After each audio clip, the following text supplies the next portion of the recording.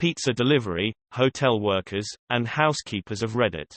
What is your NSFW story? How would you rate it 1 to 10?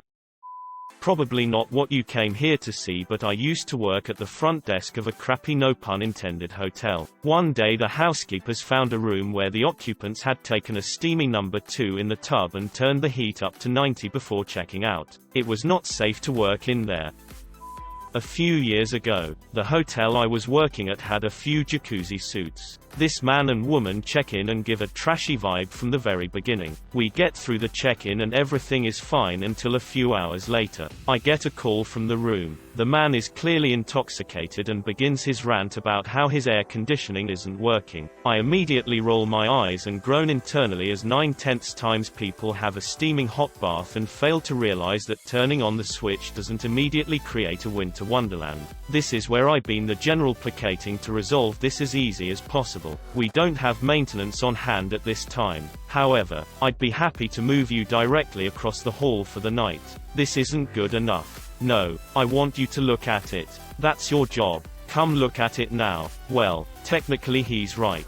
However, he's drunk, and calling someone an idiot when they're sober isn't the most fun experience to begin with. So, I make my way to his room, knock on the door, and he opens the door. Bam! Blasted by the hot air immediately. Who knew? I immediately knew something wasn't right. The room was completely dark save a few flickering lights. My internal NOPE sensors were going off. And then I saw it. More than a dozen tea lights flickering in the room. A drunk man wearing leopard print undies. I walk inside and make my way to the air conditioner. I didn't get too far before I am greeted by a woman on my right. She's friendly and polite, and completely naked on top of the bed. I retain my professionalism, greeting her and making my way to the air conditioner. Sure enough, it's working fine. It's warm in the room because of the jacuzzi. I explain the situation to the man again. Your air conditioning seems to be fine, sir. All I can do at this point is move you across the hall. After some general rambling, the man leans in towards me and whispers in my ear, the general is at half salute tonight. Can you have sex with my wife for me? While he's explaining this to me, his wife is finding a more comfortable position on the bed, now legs and vagina spread wide. I politely decline his offer and apologize, being the Canadian that I am, and return to the front desk and never heard from him for the rest of the month. The next night I came in, I was presented with "How did we do?" card where the comment stated they were very happy with their stay, although disappointed I didn't sleep with his wife. Pizza delivery for 7 years. Fewer than 10 times did I see any noteworthy degree of nudity. Usually women who'd answer the door in a towel or topless. But it wasn't the opening scene to porn that you're picturing. But once, I delivered pizza to an orgy in progress. If that's not a 10, I don't know what is. Except that I didn't join in. Delivery driver for Jimmy John's. Once got asked inside and totally thought I was about to bang a MILF. Instead she asked me to help move her dead mom's furniture. There was a guy who ordered the same way every week. You know who this is. Gimme the usual, and then hangs up. His name was Ron, and his usual was a large 14 sausage pizza burned like there's well done, where we make the cheese a uniform brown, but he wanted it further than that. Not literally black dust, but really dark all over. It was always delivery, and he tipped very well. Our drivers were drivers and order takers only. They didn't work other positions. I worked the oven and would only go on deliveries if we were way behind on orders. One day in December I get the call from Ron, and I say, I know your address, but I've never been there. Is it easy to find? He replies, it's the one with 2 reindeer in the front yard. So I'm driving around these cookie-cutter townhomes that all look the same. And sure enough, there's one with a decorative reindeer mounting another out front. I walk up to the door. This super tan Italian guy in a purple robe and leopard print briefs because his robe was wide open answers the door. Shouts at me, you must be new. Here ya go, and throws a 20 at me. Bill was $13. This was in 2001. Only a 2/10 in terms of NSFW stuff. But man, that was a memorable delivery. Seeing this man in person, who I'd cooked pizza for every week for 2 years, was like seeing a centaur or unicorn. 10 out of 10 as a customer though. Predictable, direct, kept it quick, tipped well. Posted before, but fits. Delivered pizza in Washington state back around 15 years ago and had several odd experiences. Most bizarre one I can remember, I was delivering several pizzas to a house which came to a total of about $36. I walk up to the house, knock on the door, and a little kid answers the door. He hands me $40, takes the pizzas and closes the door. I stood there for a moment and just figured they were giving me the rest as a tip, and the parents were too lazy to get off the couch. I'm almost back at my car and I hear, "Hey pizza guy, get back here." I turn around and see crazy-looking blonde lady in the door in a towel. I walk back and she starts into a rant about how I was trying to steal money from her kid. I explained to her that I just thought they were giving me the money as a tip, and if that was an issue, they can have it back. I gave her the $4 back, and after a bit more talking she ended up giving me $2 as a tip. Not that great, but better than having a pissed off customer. Thinking all was cool, I headed back to the shop. When I get back at the shop, my friend who was managing the shop was on the phone looking a bit pissed. I walk in and he gets off the phone and explains that was the customer yelling at him about my behavior. I explain what happened, and we both figure they were crazy and continue on with the day. Fast forward 20 minutes. I have another order to take and I am putting more pizzas in my car. I go to leave, but there is this big ass pickup truck in the way. I go to the driver and ask if they could move since I have pizzas to deliver. The driver responds, "Why, so you could rip more people off?" I look closer and in the passenger seat is the crazy lady, now with crazy boyfriend driving. I go back into the shop and tell my buddy, "Crazy people here to see us." My friend, being the hilarious guy he is, grabs paper and a pen, and walks outside, very obviously writes down the guy's license plate, and heads back inside, then proceeds to call the cops. Shortly after that they take off, but tried to follow me most of the night, but found it hard in their oversized redneck truck and me in a little sporty pizza mobile.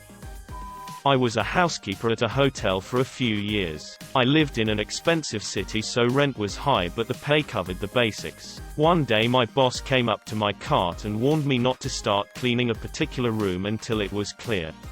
It's not unheard of for guests to request later checkouts or stay an extra day, but I've never heard someone talk about a cleaning delay in such terms before. Then after 10-ish minutes, a 30-something white male and a paramedic jog over to the room I was warned about. I didn't think it was my business to start prodding, but my first thought was, oh dead body. I've heard stories from other hotel staff. It's rare, but it happens. This time, the situation was kinda sorta worse than that. Elderly Vietnam vet rented a room with the sole intention of killing himself. Called his son to say goodbye, and son called for an ambulance. He had already taken a shit ton of pills, but his body rejected them and he'd puked and shit all over the room. They escorted the elderly man out of the room. There were tears streaming down his cheeks and he wouldn't stop apologizing for the mess. It took 2 hours to clean what I could. We had to call a specialist service in to get the rest. I wasn't angry this time. It was one of the saddest things I'd ever seen. 8 out of 10.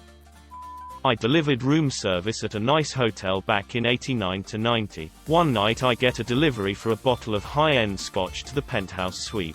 Great sale, as I get automatic 17% on all orders. So the door opens and I get invited in. There are about 20 young Japanese men in the room and they have one of the guys pinned down on the bed and are wailing away on his bare feet with a shoe. I see this and don't know whether to laugh or call security. They see the stunned look on my face and reassure me that this is a bachelor party tradition where they are from. Sounds reasonable to me, so I go about my way. On my way out, several of the guys discreetly slid 10s and 20s into my hand as tips. After a couple more deliveries that night, I walked with over $250 from that room alone. 10 to 10 would recommend. Used to do bicycle deliveries on the French Quarter in New Orleans. Frequently made deliveries to strippers while they're working. Sometimes you get a little behind-the-scenes view of the happenings between customers and strippers. Once handed food directly to a stripper while she was getting finger blasted, and she proceeded to hand me a tip from her bosom as though nothing was happening. I worked front desk for a small hotel in a small town that had 8 of those fantasy suites, where the rooms were designed to look like different things. Igloo, cave, casino, honeymoon suite, etc. There was so much NSFW stuff going on there that the housekeepers just told me to lie to myself when I was doing the laundry. Blood on the middle of the sheet. Clearly someone had a nosebleed. Unidentifiable stain. Had to be a food spill. It was the only way to get through the days. Thank goodness I never worked third shift. Those are the employees that dealt with the most NSFW stuff. Mostly thanks to noise complaints. Think I know where this is going. It's third shift. And you've received a noise complaint from 1301. Your heart drops. That's right next to 1303, the Cave of Paradise. It's one of those themed rooms designed to look like a love cave, so you can only imagine what you'll have to deal with. You and your shiftmates draw straws. And, wouldn't you know it, you get the short end of the stick. Time to go dump your water bucket on the dogs. You knock on the door, but it swings open to your touch. It's silent on the floor. You call out meekly, "Hello." Only silence answers. You step into the room, announcing your presence. But there's nobody within. Just a crackling flame in the cave's center and empty piles of branches and leaves. You notice something then for the first time. Primitive drawings cover the walls, depicting simple figures of man and woman holding spears and slings. As you walk across the cave, you see the development of artistic talent across countless drawings. The forms become bolder, and facial features appear. You witness the evolution of identity, as man and woman become humans with faces and personalities. Looking through their art, you witness a broadening of consciousness as objects from set and scenery begin to enter the drawings. There are paintings of animals, which denote a separation of the self and the outside world. There are depictions of dangers,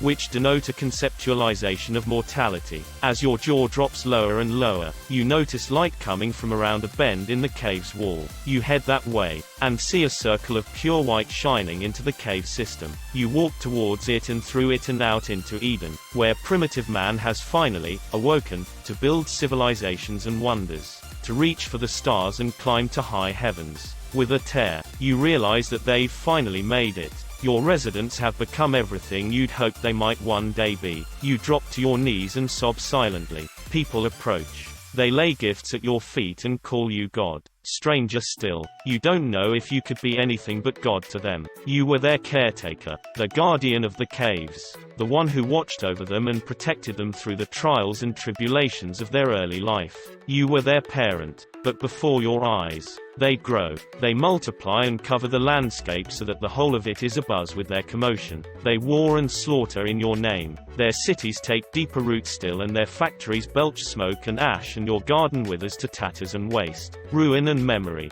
They approach you no longer. They turn their heads away and spurn your words. They do not want you. Solemnly, you turn your back to them and trudge back to the cave. Each parent must know when their guidance is ended. A loved thing must be let go so that it might find its own way. As you near the mouth of the cave, you allow yourself one final glance over your shoulder. You see the powerful trampling the weak, the innocent imprisoned by the guilty, the foolish leading the wise. You know that you must trust them to grow. You only hope that they will grow in time. You return to the cave, and retreat through the rectangular frame that is the door to 1303. It is not an easy thing to do what you do, but it is a necessary thing. That much is certain.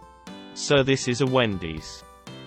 I was a housekeeper. It was a gross job. I came across used condoms, sex toys, poo, pee. The final straw came when someone had jacked off and left the load on top of the cover. I went to change the bed sheets and I put my hand right in it. It was a 0/10, definitely wouldn't recommend. I quit soon after.